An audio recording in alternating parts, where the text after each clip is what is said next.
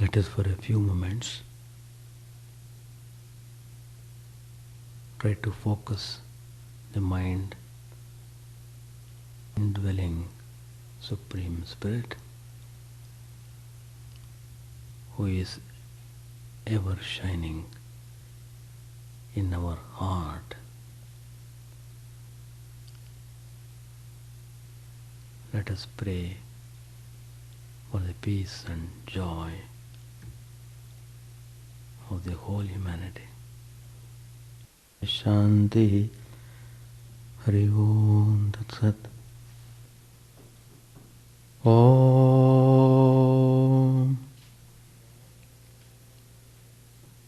Stavakaya Dharmasya Sarvadharmasvarupine Stavakaya Dharmasya Sarvadharmasvarupine Avatara Varishtaya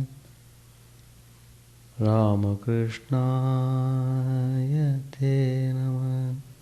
Asato ma sadgamaya tamaso ma jyotirgamaya mrityorma mritangamaya. Om Shanti Shanti Shanti. Let us bow down to Sri Ramakrishna, the embodiment of all legends, the Supreme God Incarnate. Let us pray to Him to lead us from the unreal to the real, to lead us from the darkness of ignorance to the light of knowledge,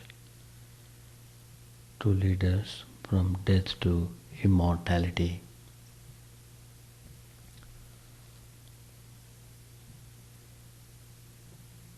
We have been discussing Sri Ramakrishna's teachings, Gospel of Sri Ramakrishna is a ocean of spiritual instructions.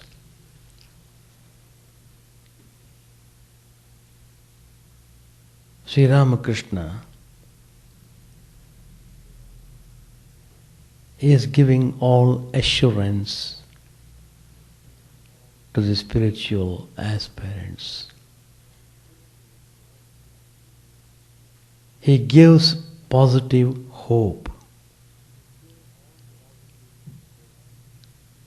to all the spiritual seekers. He says very emphatically that it is possible to realize your true nature in this very life.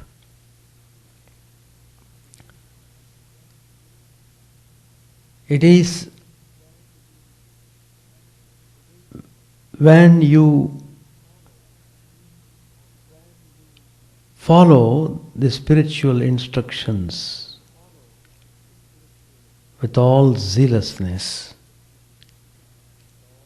if you are able to experience the truth in this very life, that you conquered death. You are no more afraid of anything in this world, here or hereafter. So, Sri Ramakrishna guides us in this direction. He shows us the way how to move onwards in our spiritual journey. When one of the spiritual aspirants asked the question, Master, is it possible to see God? Is it possible? Very fine question. We all want to see God. But the doubt comes whether it is possible. People keep on talking about God, God, God, God. They talk so much and it almost means nothing to them.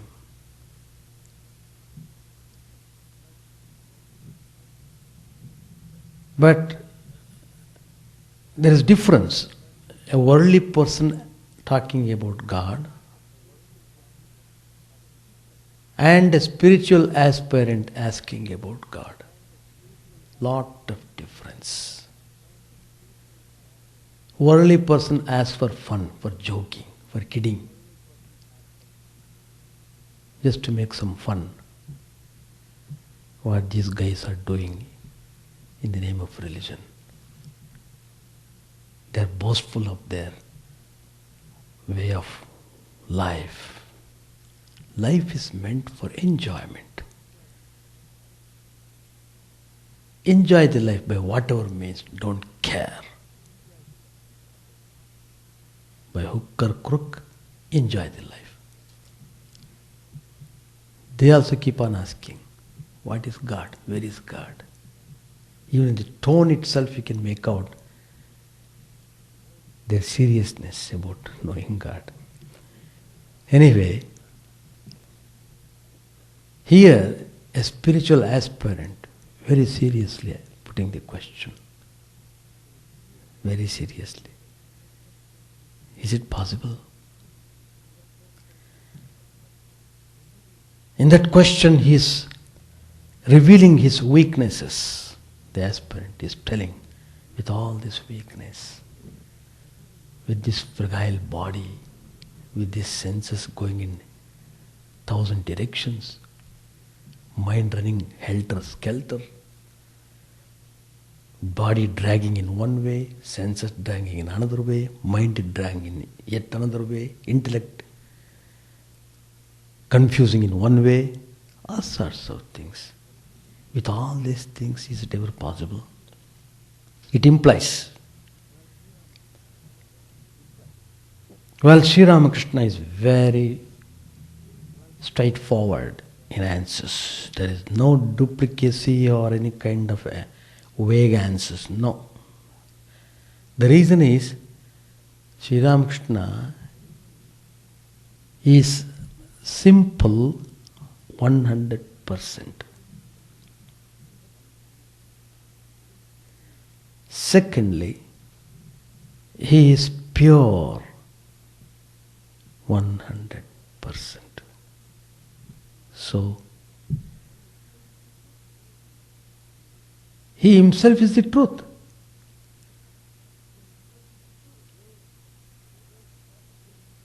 The way he attracts the people, the first visit itself is enough for the man to keep continuing, coming, hearing what Sri Ramakrishna says.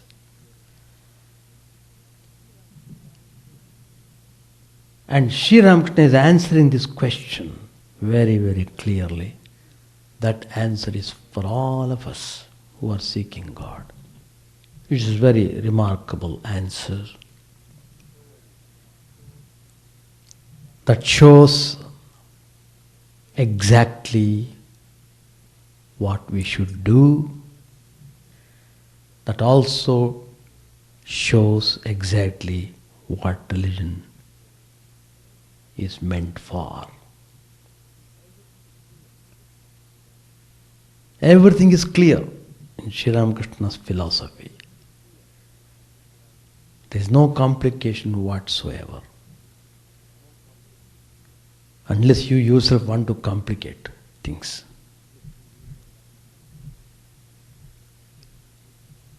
It is like pure crystal like water. Sri Ramakrishna's teachings are so uplifting, like the Bhagavad Gita of Lord Krishna. He answered, well, you are asking me the question, is it possible to see God? My answer is this, Sri Ramakrishna says. He is unknowable by the mind, engrossed in worldliness. Mark every word what Sri Ramakrishna has said.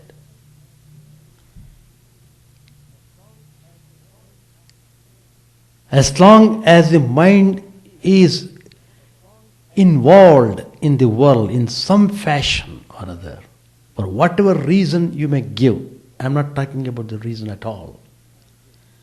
I am only concerned about your involvement in the world, to what extent you are involved. So as long as the mind is dipped in the worldliness, it is not possible to know God.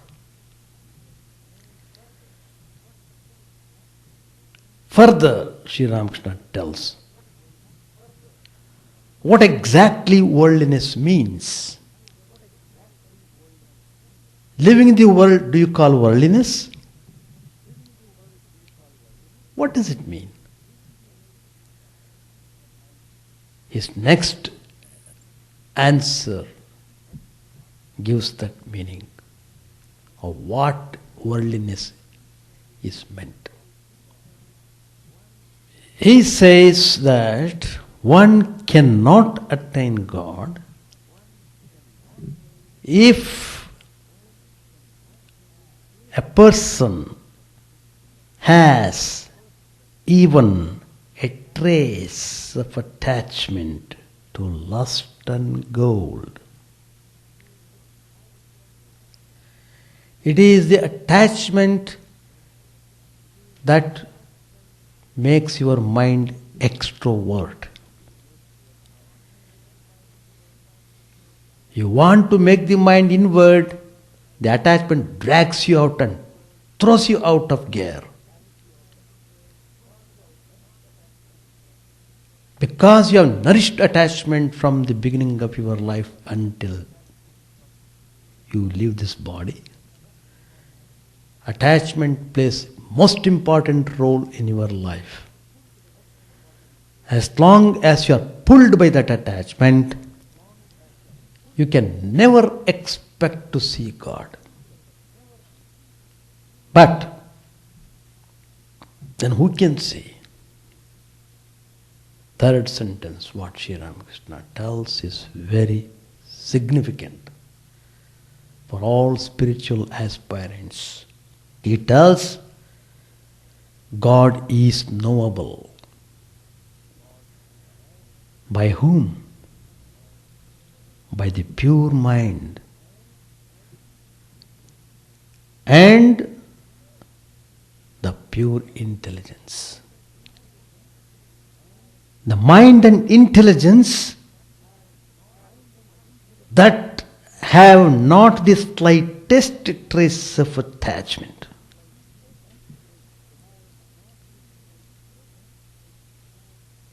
Everything is clear now. If at all you have to be attached to God. That God, where does he stay? Where do you want to look at him? He is in your own heart. As your true self. What we call in Vedantic terms, Atman. The consciousness. It is the light. Because of the presence of that light in your heart, you are dancing, doing all sorts of things.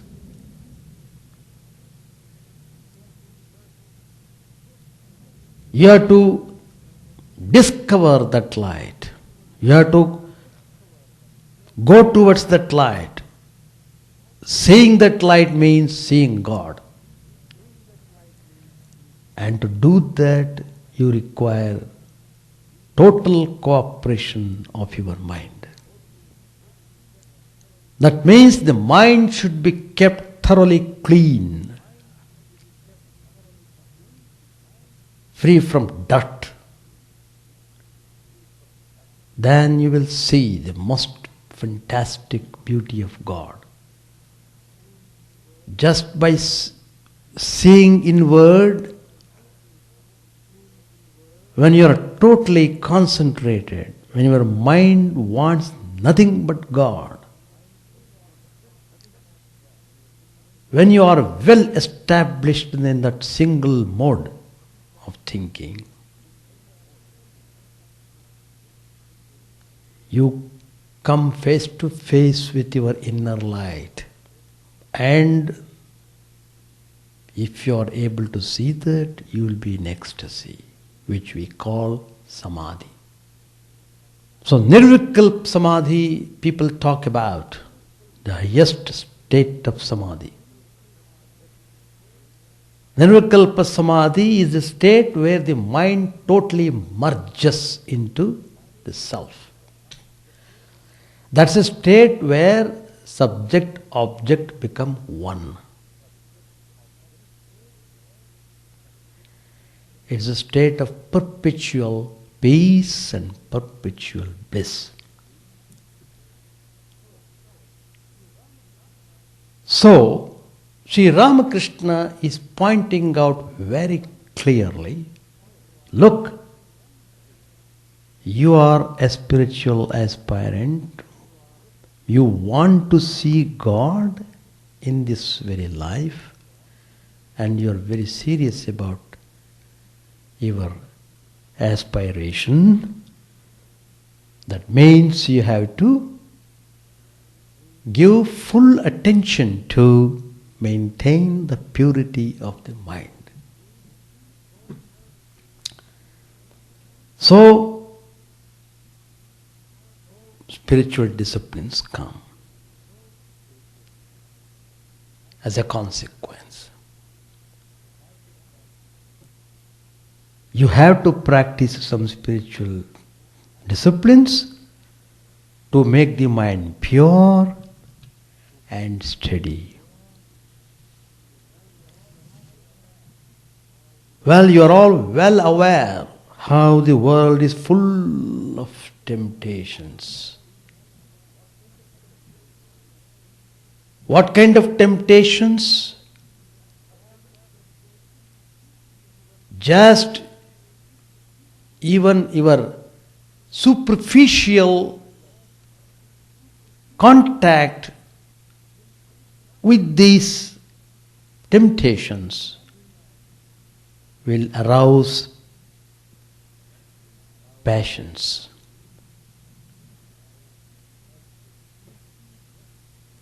Every day you will see most of the people rushing in mad pursuit after sensual pleasures. As long as your mind is hankering after the sensual pleasures, you can never know the joy of God. That means your mind is in constant danger of becoming contaminated. Therefore, you must engage your mind in thinking positively good thoughts, studying good books, and discussing uplifting subjects. Everything what I said just now is important. That's the way to mold your character. Open your heart to the Divine Spirit. It will guide you along the right path. There is nothing more purifying than the divine name and meditation upon Him. When you think of the divine name, think you are thinking of that divine spirit.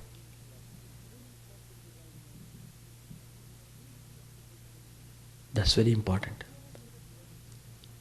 You must associate your attitude, your feelings, your emotions, your relationship with the divine spirit when you utter the divine name. Sri Ramakrishna used to say, so long as the needle is covered with mud, it is not attracted to the magnet. But when the mud has been washed away, the needle is naturally drawn towards the magnet.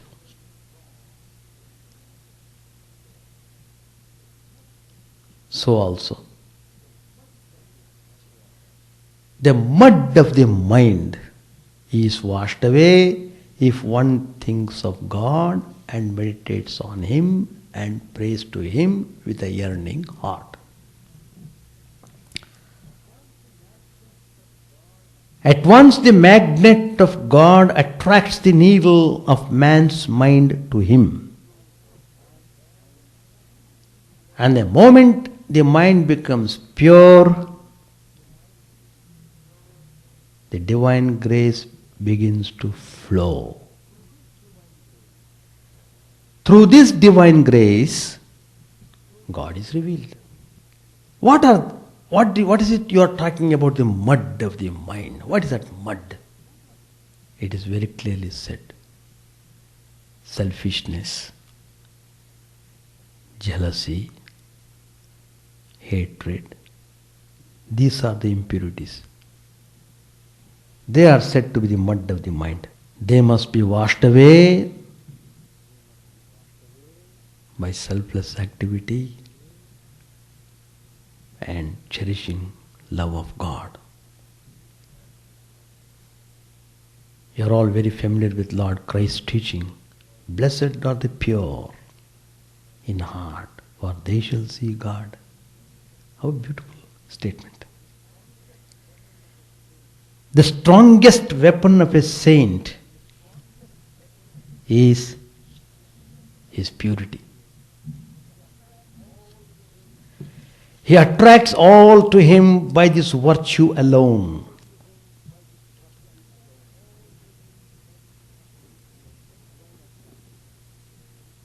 Divine attraction it is called. A word or two from a pure-hearted saint can change one's entire life. Not even word, even by look, one can change your life. By look. That's the power of purity.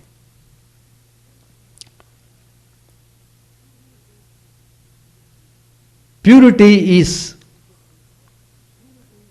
a negative virtue. It is a state of being untainted by evil, of not being led astray by desires and not being allured by temptations.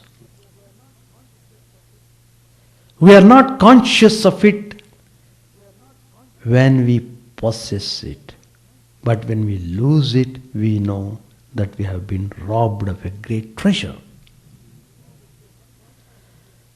It is the original state antecedent to any guilt, or it is the virtue of the child which has no merit in it, and yet is a moral quality of the greatest worth.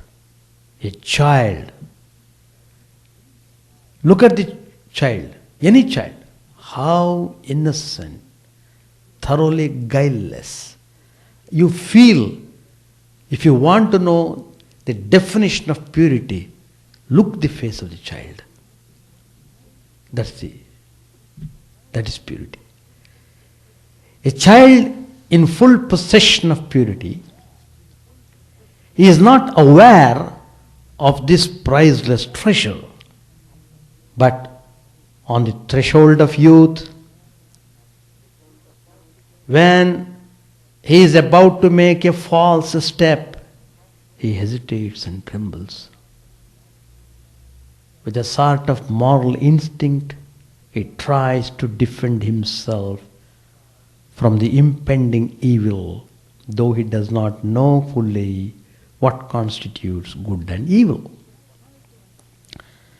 We can try to understand purity by its contrast with morality. A moral man has many-sided experiences of life, well aware of the meaning of good and evil. He passes through conflicts. His maturity is derived from the richness of his experiences, but at the sacrifice of his innocence. He is no longer guileless as a child. He has now tasted the fruit of the forbidden tree. He is already a partaker of the dualism of the phenomenal world. From experience, he chooses certain virtues based upon expediency, which will steer him between suffering and evil with the least amount of difficulty. A moral man is a man of experience, and his experience is rich in content in proportion to the scope and range of his contact with all things. He is already lost in the maze of life and makes the best use of his experiences to avoid unpleasant and miserable results. His eyes have been opened by coming in contact with everything. A pure soul, on the other hand, is innocent, simple and childlike. A pure man, without any effect or previous experience, knows immediately and intuitively what is the right way. He does not reason but sees. A moral man, burdened with the heavy experiences of the past, hesitates before any new problem. But a pure soul, which is unsullied simplicity, guilelessness and straightforwardness, sees through heaven and earth, as it were. With an intuitive directness, he faces the battle of life and comes out of it unscathed. There's something in the pure which is convincing, irresistible and redemptive. Because he is impure, a person loses sight of what he has to do. But if a man is conscious of the purity, it makes a lot of difference. We all feel it in the presence of the child or the childlike holy person. To recover the purity of the child is the aspiration of all struggling souls. We are all struggling to acquire that purity. Purity is and remains the deepest yearning of our soul because it's our basic virtue. The fall of Adam and Eve from paradise You're all familiar with that. It's only a story which teaches us how man, by entering into the manifold experiences of the world, has been deprived of his birthright of perfection. During his sojourn in the world of experience, he has acquired for self-protection the traits of concealment, secretiveness, and hypocrisy. Because he is impure, he cannot undertake any enterprise without reflection. He cannot make straight for the matter in land. He employs subterfuge. He has no directness of conduct. The shame of the guilty always pursues him like a shadow. The more he tries to get out of the maze through his logic and reason, the more he creates baffling new situations more difficult than the previous ones. At least he tires of the whole show of life. In desperation, he cuts the Gordian knot with one stroke. He shakes off the complexities of life. That is called renunciation, and is the beginning of spiritual life. Renunciation is the beginning of spiritual life. Thus is begun the journey to his true home. Why you are suffering? Why you are feeling insecure? Because you are in the false home. This is not your real home. That's why you are suffering all the time.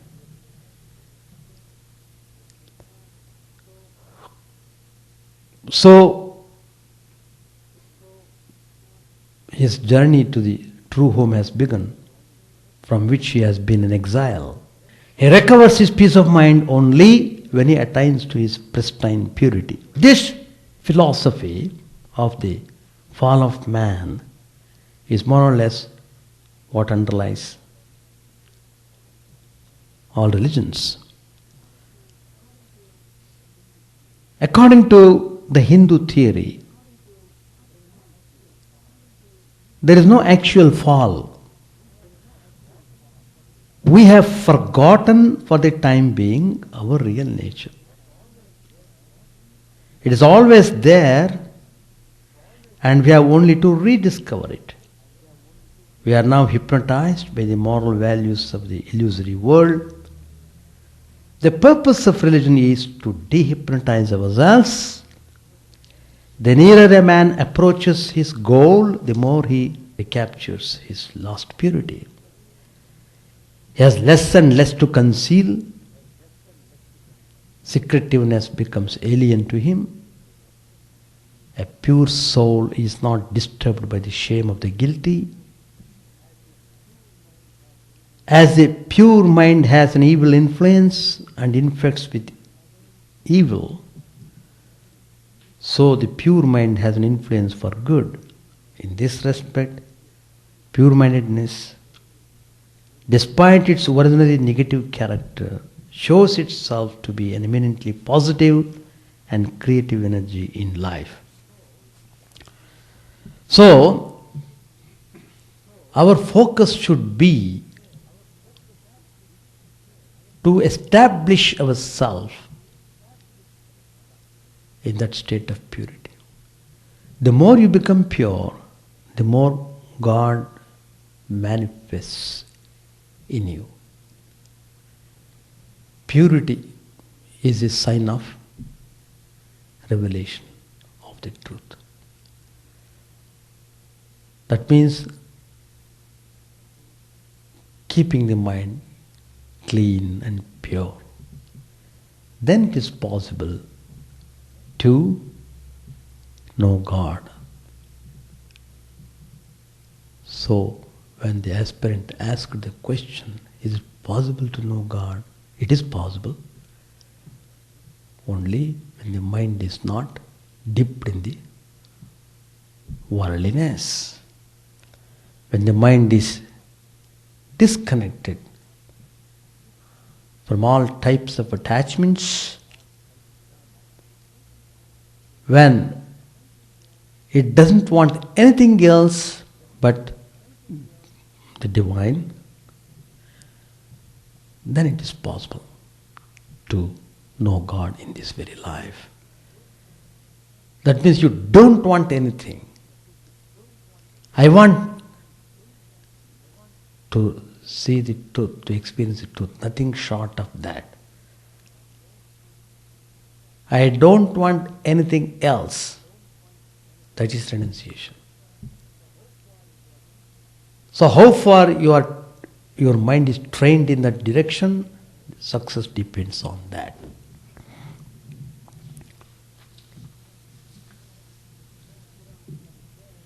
And Sri Ramakrishna is there to testify how he could see God in this very life. And not only he saw God, he showed the Divine Spirit to Vivekananda. When he asked him, have you seen God? Yes, I have seen. You can also see. I have talked with him. You can also talk with him. Like that Sri Ramakrishna tells. And he made him talk, actually.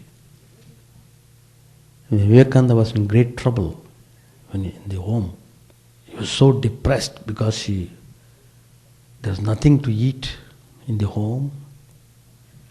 So he went for a job. Nobody could give him job. No vacancy. What could he do? He was at a point of frustration. He suffered terribly. And then let me go to Sri Ramakrishna. He has seen God. He can pray for me. I can be get rid of this suffering in my home. So he came and asked Sri Ramakrishna, well, Sri Ramakrishna, you see, Sri Ramakrishna was very fond of Narendranath, Vivekananda. Vivekananda also was very fond of Sri Ramakrishna. So there was a very fine relationship between the two. And not only that, Vivekananda's heart was extremely pure.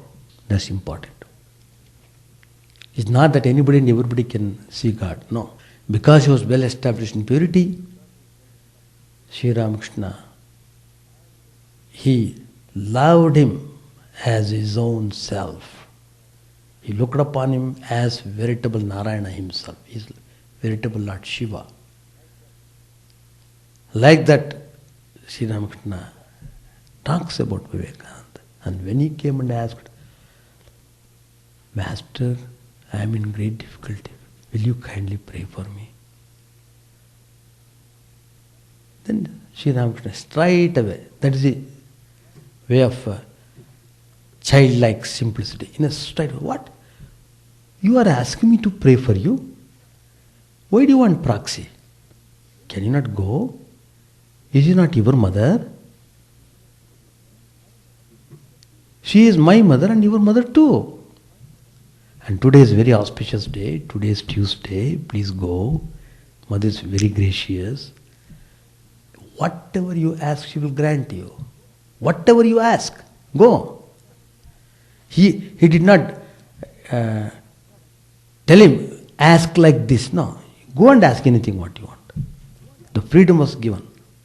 But when he went there, he was visibly moved, seeing the Divine Mother in all glory. He was ecstatic. And Mother smiled. The divine smile itself is enough. Well, my child, what do you want? What is it you have come? Oh, Mother, you are asking me what do I want? Give me jnana, bhakti, vivek, vairagya, knowledge, devotion, discrimination, renunciation. Give me that. Good, you will have it. Then he came back. Sri Ramakrishna was waiting. What? Did you ask to remove your poverty in the home? Did you ask mother to remove all the difficulties in the home? Oh, I didn't ask. Go second time. If you have forgotten, I understand. Go again. Second time, third time. He could not ask because his mind was very well established in purity and he didn't want anything of this world.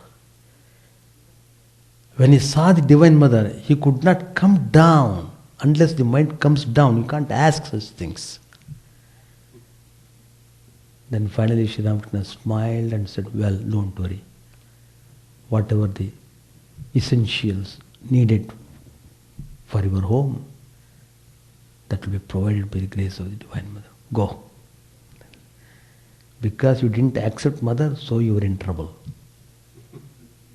Now you have gone, you have seen Mother, you have prayed, that saved you.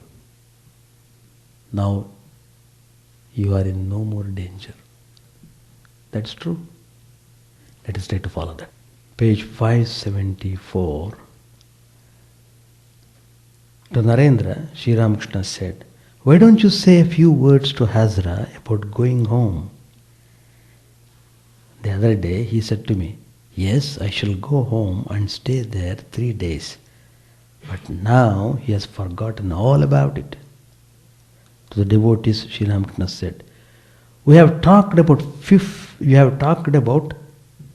filthy things, Goshpara and things like that. Govinda, Govinda, Govinda. Now chant the name of Hari. Let there be a dish of rice pudding and sweets after the ordinary lentils. Narendra began to sing. Fasten your mind, O man, on the primal Purusha, who is the cause of all causes, the stainless one, the beginningless truth. As prana, he pervades the infinite universe. The man of faith beholds him, living, resplendent, the root of all, beyond the senses, eternal, the essence of consciousness. He shines in the cave of the heart, adorned with holiness, wisdom and love. By meditating on him, man is delivered from grief. Of countenance ever serene, inexhaustible ocean of virtue, none can fathom his depths, yet freely of his own grace does he reveal himself to those who come to his feet for shelter. Merciful, since they are helpless, and he is the ever forgiving, the giver of happiness, the ready help in the sea of our woe, unswervingly just, bestowing the fruits of our deeds good and ill. Yet is he the fount of compassion, the ocean of mercy brimming with love. Even to hear of his glory suffuses the eyes with tears. Gaze on his face and be blessed. Your heart is hungry for him, O man, bright with unspeakable beauty, peerless and without stain. No words can ever describe him. Be as a beggar before his gate and worship him day and night, beseeching him for his grace. He sang again, in wisdom's firmament the moon of love is rising full, and love's flood tide in surging waves is flowing everywhere. O Lord, how full of bliss thou art, victory unto thee. On every side shine devotees like stars around the moon. Their front the Lord all-merciful joyously plays with them. Behold, the gates of paradise stood danced, their bliss was indescribable. The master sang about the Divine Mother. Behold, my mother playing with Shiva, lost in an ecstasy of joy. Sri Ramakrishna was highly pleased because M had joined the music. Joined in the music. He said to M with a smile, the atmosphere would have been more intense with divine fervor if a drum had accompanied the music and played tak tak ta dina, dak dak ta dina. It was dusk when the kirtan was finished. So, everything is clear. You have to find out yourself, your purity level. That's all. You are your own judge. You don't need separate external judge for you. You are the best judge of yourself. If you are sincere, it's really possible to find out the condition of your mind. Don't be disheartened. Be ready to practice. That's all. So, that's the meaning of telling to make the mind behave in a way you want to do it. Because if you talk control of the mind, people react. Controlling the mind. You should not use that word control. Use any other word you want to. What is needed is, you must see how the mind behaves. That's all. Repeated births and deaths will carry you. All the impressions you have done in this life and previous life, they are all coming up in the mind. So, how much practice is required to be done? Any questions? Yeah. Yes. God, through His grace, can redeem anybody. It's not a big deal at all with respect to God. In fact, in Sri Ramakrishna's life itself, there is an occasion that once Mathur Babu, who was taking care of Sri Ramakrishna, wanted to test the character of Sri Ramakrishna. He is telling again and repeatedly, he is telling the main obstacle in spiritual life is lust and gold. He talks too much of that, but does he really conquer the lust himself, or simply he is talking in that fashion? He wanted to examine himself. So without telling him, just he called, well, Master, please come, we shall go. We have to go to some place in Calcutta. Come with me. Sri Ramakrishna followed. They were going in a tram car, whatever it is. Then it was pre-arranged. Then he took Sri Ramakrishna, come, we shall go to this home. So he came, and then Mother Babu said, let us go into this home and we want to see some people. He went inside. As I said earlier, it was pre-arranged. There he had fixed most beautiful girls, about 3 or 4. And they had been instructed to show all temptation to attract Sri Ramakrishna. So, what Mathur Babu did was, he asked him to sit there and he went out. Suddenly, closed the door and went out. And these girls were sitting there. There is nobody. These girls ready to show all temptations to Sri Ramakrishna and Sri Ramakrishna. Sri Ramakrishna looked at them as a child looks at the mother. Oh mother, save me, save me. Just he went into samadhi, ecstasy. They were all amazed to see, who is this holy man? Instead of our tempting him, he has attracted us towards him. What power of purity he has got.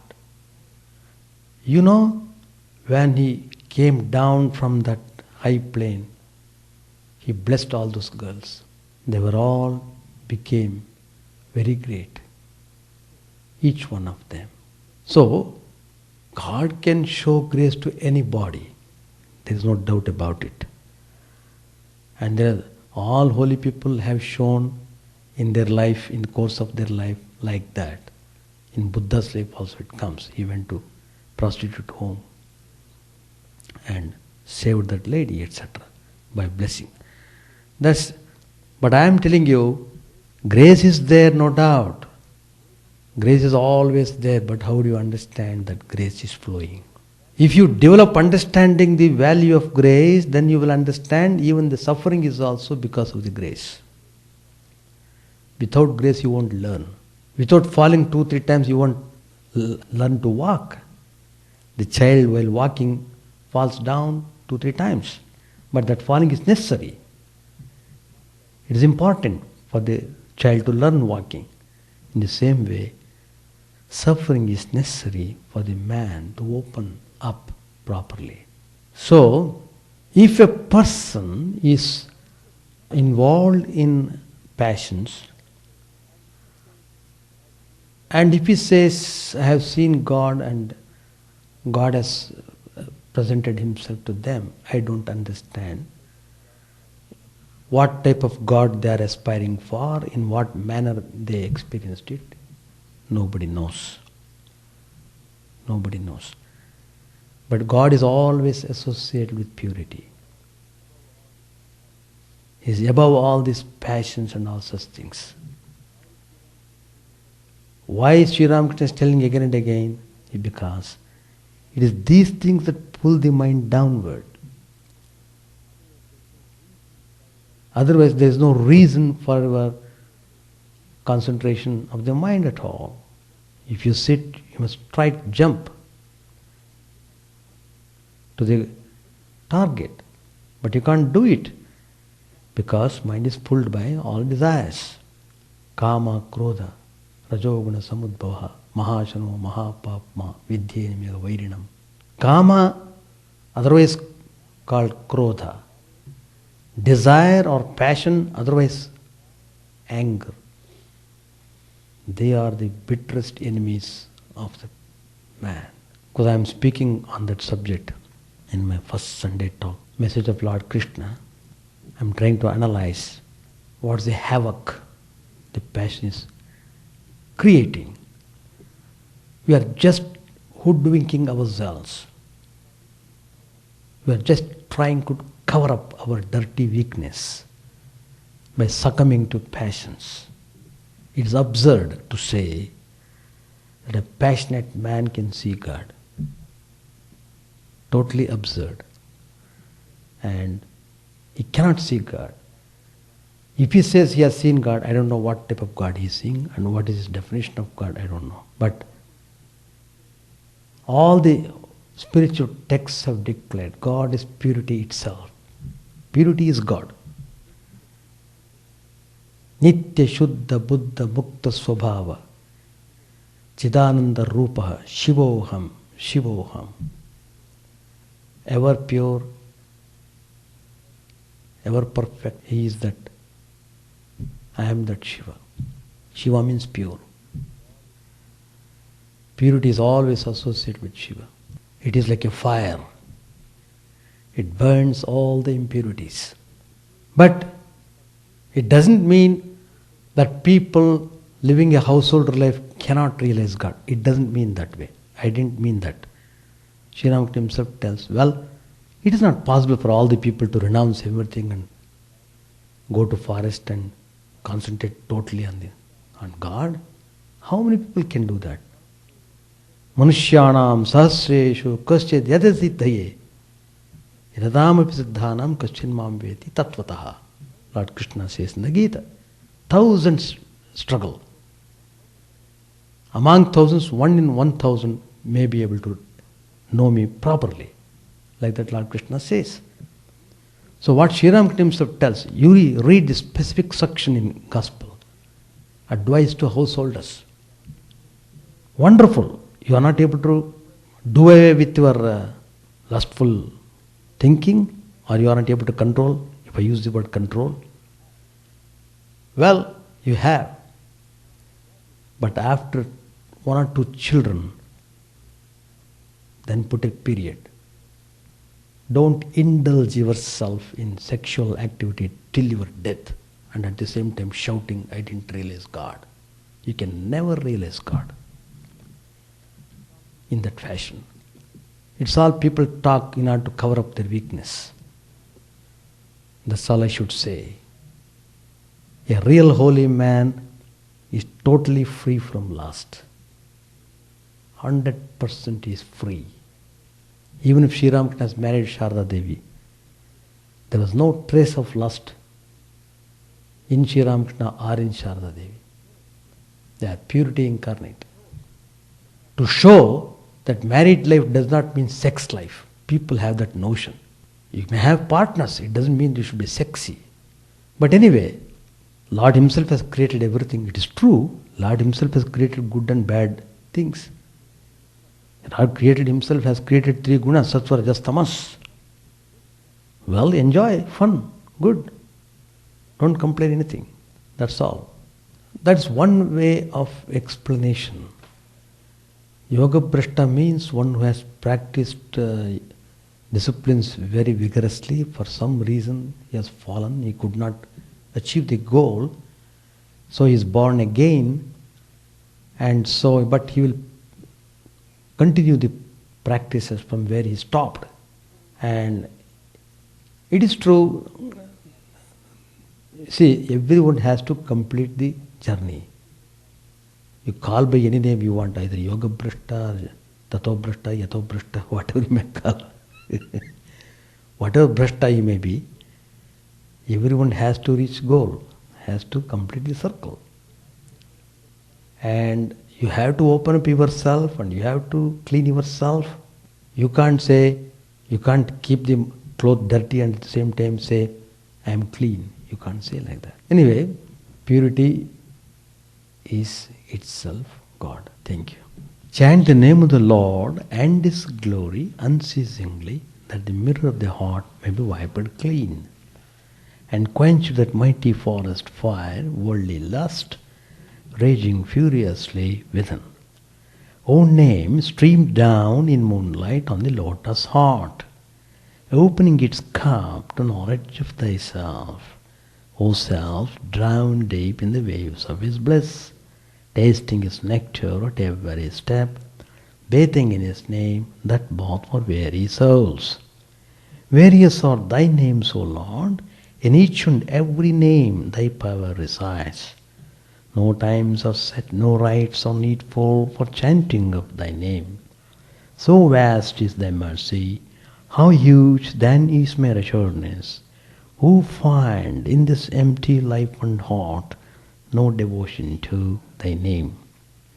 O my mind, be humbler than a blade of grass. Be patient and forbearing like a tree. Take no honor to thyself, give honor to all. Chant unceasingly the name of the Lord. O Lord and soul of the universe, mine is no prayer for wealth or retinue, the playthings of lust or the toys of fame. As many times as I may be reborn, grant me, O Lord, a steadfast love for Thee. A drowning man in this world's fearful ocean is Thy servant, O sweet one. In Thy mercy consider him as dust beneath Thy feet. How I long for the day when an instant separation from Thee, O Lord, will be as 1,000 years. When my heart burns away with its desire, and the world without Thee is a heartless void. Prostrate at Thy feet let me be in unwavering devotion, neither imploring the embrace of Thine arms, nor bewailing the withdrawal of Thy presence, though with tears my soul has handled. O Thou who stealest the hearts of Thy devotees, do with me what Thou wilt, for Thou art my heart's beloved, Thou and Thou alone. O Lord, lead us from the unreal to the real, lead us from darkness to light, and lead us from death to immortality. May all be free from dangers, may all realize what is good, may all be actuated by noble thoughts, may all rejoice everywhere, may all be happy, may all be free from disease, may all realize what is good, may none be subject to misery. May the wicked become virtuous, may the virtuous attain tranquility, may the tranquil be free from bonds, may the freed make others free. May good betide all people, may the sovereign righteously rule the earth, may all beings ever attain what is good, may the worlds be prosperous and happy, may the clouds pour rain in time, May the earth be blessed with crops. May all countries be freed from calamity. May holy men live without fear. May the Lord, the destroyer of sins, the presiding deity of all sacred works, is satisfied. For he being pleased, the whole universe becomes pleased. He becomes satisfied, the whole universe feels satisfied.